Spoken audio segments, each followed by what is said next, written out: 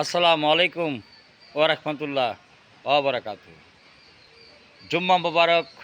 আজকে জুম্মার দিন, গরিবের হজের দিন। আমরা এখন দাঁড়ানো একটা গহীন জঙ্গলে, সাথে আমার ছোট ভাই ইমন। তুমি কিছু বলো। আসসালামু আলাইকুম ওরহমতুল্লাহি অবরাকাতু। ভাই, আজকে জুম্মাবাদ, আমরা নামাজের জন্য প্রস্তুত হয়ে গেছি। তো আপনারা সবাই ইনশাল্লাহ নামাজ পড়বেন, জুম্মার নামাজের জন্য প্রস্তুত হয়ে যান। বড় ভাই, আপনি কিছু বলেন এখন। মাশাল্লাহ।